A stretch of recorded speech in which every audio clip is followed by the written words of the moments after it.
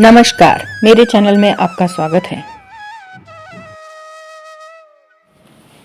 भगवान विष्णु इस संसार के पालनहार हैं। वह समय समय पर विभिन्न रूपों में अवतार लेकर इस धरती पर धर्म की रक्षा करते हैं। भगवान विष्णु को प्रसन्न करने के लिए एकादशी तिथि का व्रत किया जाता है। हर मास में 2 एकादशी आती हैं, एक कृष्ण पक्ष में और एक शुक्ल पक्ष में। इस तरह एक वर्ष में 24 एकादशी आती हैं। एकादशी व्रत करना बहुत ही पुण्यदायक माना जाता है। सभी एकादशी व्रतों का अपना अपना महत्व है, परंतु सभी एकादशी में से सबसे बड़ी और पुण्यदायक निर्जला एकादशी को कहा जाता है। मान्यता है कि यदि आप साल में आने वाली 24 एकादशी का व्रत न कर सकें तो एक निर्जला एकादशी का व्रत करने पर आपको सभी एकादशी व्रतों का फल मिलता है। निर्जला एकादशी को सबसे कठोर व्रत माना जाता है क्योंकि इसमें जल पीने की मनाही होती है। ज्येष्ठ माह की भीषण गर्मी में एक दिन सूर्योदय से लेकर दूसरे दिन सूर्योदय तक बिना पानी के उपवास करना ही इस व्रत को कठिन बनाता है। निर्जला एकादशी का व्रत ज्येष्ठ मास के शुक्ल पक्ष की एकादशी तिथि को रखा जाता है। इस दिन भगवान विष्णु की विधिवत पूजा करने के साथ दान भी किया जाता है। निर्जला एकादशी के व्रत वाले दिन पूजा के समय इस एकादशी व्रत की कथा का पाठ अवश्य करना चाहिए। इससे ही व्रत संपूर्ण माना जाता है। साथियों, आज मैं आपको इस वीडियो के माध्यम से निर्जला एकादशी व्रत की कथा सुनाने जा रही हूँ, परंतु वीडियो को अंत तक अवश्य देखिए क्योंकि कथा के बाद मैं आपको बताऊंगी कि कब है निर्जला एकादशी, क्या है व्रत के नियम, क्या करें और क्या ना करें। आइए सुनते हैं निर्जला एकादशी व्रत की कथा। पौराणिक कथा के अनुसार एक बार वेद व्यास जी पांडवों को एकादशी व्रत का संकल्प करवा रहे थे। तभी भीमसेन जी व्यास जी से कहने लगे कि हे पितामह, भ्राता युधिष्ठिर, माता कुंती, द्रौपदी, अर्जुन, नकुल और सहदेव आदि सब एकादशी का व्रत करने को कहते हैं, परंतु महाराज मैं उनसे कहता हूँ कि भाई मैं भगवान की शक्ति पूजा आदि तो कर सकता हूँ, दान भी दे सकता हूँ, परंतु भोजन के बिना नहीं रह सकता। इस पर व्यास जी कहने लगे, हे भीमसेन, यदि तुम नरक को बुरा और स्वर्ग को अच्छा समझते हो तो प्रति मास की दोनों एकादशियों को अन्न मत खाया करो। भीम कहने लगे, हे पितामह, मैं तो पहले ही कह चुका हूँ कि मैं भूख सहन नहीं कर सकता। यदि वर्ष भर में कोई एक ही व्रत हो तो मैं वह रख सकता हूँ, क्योंकि मेरे पेट में वृक नाम की अग्नि है, सो मैं भोजन किए बिना नहीं रह सकता। भोजन करने से वह शांत रहती है, इसलिए पूरा उपवास तो क्या, एक समय भी बिना भोजन के रहना मेरे लिए बहुत कठिन है। अतः आप मुझे कोई ऐसा व्रत बताइए जो वर्ष में केवल एक बार ही करना पड़े और मुझे स्वर्ग की प्राप्ति हो जाए। व्यास जी कहने लगे, हे पुत्र, बड़े बड़े ऋषियों ने बहुत शास्त्र आदि बनाए हैं जिनसे बिना धन के थोड़े परिश्रम से ही स्वर्ग की प्राप्ति हो सकती है। इस प्रकार शास्त्रों में दोनों पक्षों की एकादशी का व्रत मुक्ति के लिए रखा जाता है।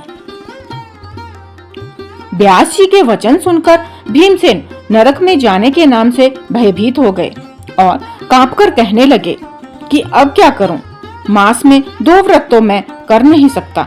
हाँ, वर्ष में एक व्रत करने का प्रयत्न अवश्य कर सकता हूँ। अतः वर्ष में एक दिन व्रत करने से यदि मेरी मुक्ति हो जाए तो ऐसा कोई व्रत बताइए। यह सुनकर व्यास जी कहने लगे कि वृषभ और मिथुन की संक्रांति के बीच ज्येष्ठ मास के शुक्ल पक्ष की जो एकादशी आती है उसका नाम निर्जला है। तुम उस एकादशी का व्रत करो। इस एकादशी के व्रत में स्नान और आचमन के सिवा जल वर्जित है। आचमन में 6 मासे से अधिक जल नहीं होना चाहिए, अन्यथा वह मद्यपान के समान होगा। इस दिन भोजन नहीं करना चाहिए क्योंकि भोजन करने से व्रत नष्ट हो जाता है। यदि एकादशी को सूर्य उदय से लेकर द्वादशी के सूर्योदय तक जल ग्रहण ना करें तो उसे सारी एकादशियों के व्रत का फल प्राप्त होता है। द्वादशी को सूर्योदय से पहले उठकर स्नान आदि करके ब्राह्मणों का दान आदि देना चाहिए। इसके पश्चात भूखे और सत्य पात्र ब्राह्मण को भोजन कराकर फिर आप भोजन कर लेना चाहिए। इसका फल पूरे एक वर्ष की संपूर्ण एकादशियों के बराबर होता है। व्यास जी कहने लगे कि हे भीमसेन, यह मुझको स्वयं भगवान ने बताया है। इस एकादशी का पुण्य समस्त तीर्थों और दानों से अधिक है। केवल एक दिन मनुष्य निर्जल रहने से पापों से मुक्त हो जाता है। जो मनुष्य निर्जला एकादशी का व्रत करते हैं उनकी मृत्यु के समय यमदूत आकर नहीं घेरते, वरन भगवान के पार्षद उसे पुष्पक विमान में बिठाकर स्वर्ग की ओर ले जाते हैं। अतः संसार में सबसे श्रेष्ठ निर्जला एकादशी का व्रत है। इसलिए यत्न के साथ इस व्रत को करना चाहिए। उस दिन ओम नमो भगवते वासुदेवाय मंत्र का उच्चारण करना चाहिए और गोदान करना चाहिए। इस प्रकार व्यास जी की आज्ञा अनुसार भीमसेन ने इस व्रत को किया। इसलिए इस एकादशी को भीमसेनी या पांडव एकादशी भी कहते हैं। निर्जला व्रत करने से पूर्व भगवान से प्रार्थना करें कि हे भगवान, आज मैं निर्जला व्रत करता हूँ, दूसरे दिन भोजन करूंगा। मैं इस व्रत को श्रद्धा पूर्वक करूंगा, अतः आपकी कृपा से मेरे सब पाप नष्ट हो जाएं। इस दिन जल से भरा हुआ एक घड़ा वस्त्र से ढककर स्वर्ण सहित दान करना चाहिए। जो मनुष्य इस व्रत को करते हैं उनको करोड़ पल सोने के दान का फल मिलता है, और जो इस दिन यज्ञ आदि करते हैं उनका फल तो वर्णन ही नहीं किया जा सकता। इस एकादशी के व्रत से मनुष्य विष्णु लोक को प्राप्त होता है। जो मनुष्य इस दिन अन्न खाते हैं वे चांडाल के समान हैं। वे अंत में नरक में जाते हैं। निर्जला एकादशी का व्रत किया है वह चाहे ब्रह्म हत्यारा हो, मद्यपान करता हो, चोरी की हो या गुरु के साथ द्वेष किया हो, मगर इस व्रत के प्रभाव से वह स्वर्ग को जाता है। हे कुंती पुत्र, जो पुरुष या स्त्री श्रद्धा पूर्वक इस व्रत को करते हैं उन्हें अग्रलिखित कर्म करने चाहिए। प्रथम भगवान का पूजन, फिर गोदान, ब्राह्मणों को मिष्टान व दक्षिणा देनी चाहिए तथा जल से भरे कलश का दान अवश्य करना चाहिए। निर्जला के दिन अन्न, वस्त्र, उपाहन अर्थात जूते आदि का दान भी करना चाहिए। जो मनुष्य भक्ति पूर्वक इस कथा को पढ़ते या सुनते हैं उन्हें निश्चय ही स्वर्ग की प्राप्ति होती है। साथियों, ये थी निर्जला एकादशी व्रत की कथा। आइए अब जानते हैं कि इस वर्ष यानी कि 2025 में कब है व्रत और इस दिन क्या करें और क्या ना करें। हिंदू पंचांग के अनुसार ज्येष्ठ माह के शुक्ल पक्ष की एकादशी तिथि 6 जून को रात 2:15 पर आरंभ हो रही है, जो 7 जून को सुबह 4:47 पर समाप्त होगी। इसलिए उदया तिथि के आधार पर निर्जला एकादशी व्रत 6 जून को रखा जाएगा। निर्जला एकादशी व्रत में क्या करें क्या ना करें, आइए जानते हैं। निर्जला एकादशी व्रत में अन्न व जल पूरी तरह से वर्जित है। इस व्रत में ब्रह्मचर्य का पालन करना चाहिए और शारीरिक इच्छाओं पर कंट्रोल करना चाहिए। इस दिन भगवान विष्णु की विधिवत पूजा अर्चना करनी चाहिए व व्रत कथा का पाठ करना चाहिए। एकादशी व्रत करने के बाद अगले दिन व्रत पारण के समय ही पानी पीना चाहिए।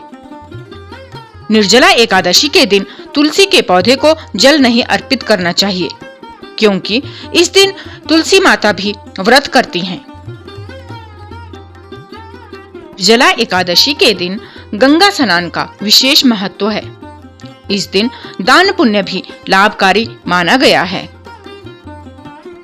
निर्जला एकादशी के दिन पलंग पर नहीं सोना चाहिए, भूमि पर ही आराम या शयन करना चाहिए। व्रत में दिन में सोने की मनाही होती है। व्रत के दौरान क्रोध और लोभ जैसे नकारात्मक विचारों से दूर रहना चाहिए। इस दिन जीव जंतु को हानि नहीं पहुंचानी चाहिए। इस दिन ना ही बाल कटवाने चाहिए और ना ही नाखून काटने चाहिए। निर्जला एकादशी के दिन अन्न, वस्त्र, जल, जूते और छाते आदि का दान करना चाहिए। इस दिन पानी से भरा हुआ घड़ा दान करना भी पुण्यदायक होता है। साथियों, मैंने पूरा प्रयास किया कि मैं आपको इस व्रत के बारे में सही जानकारी दे सकूं। आपको ये वीडियो कैसी लगी मुझे कमेंट बॉक्स में जरूर बताइएगा। भगवान विष्णु आप सभी की मनोकामनाओं को पूर्ण करें। ऐसी ही कथाएं और जानकारियों के लिए प्लीज लाइक कीजिए, शेयर कीजिए और सब्सक्राइब कीजिए मेरा चैनल। थैंक यू, धन्यवाद। जय श्री राम।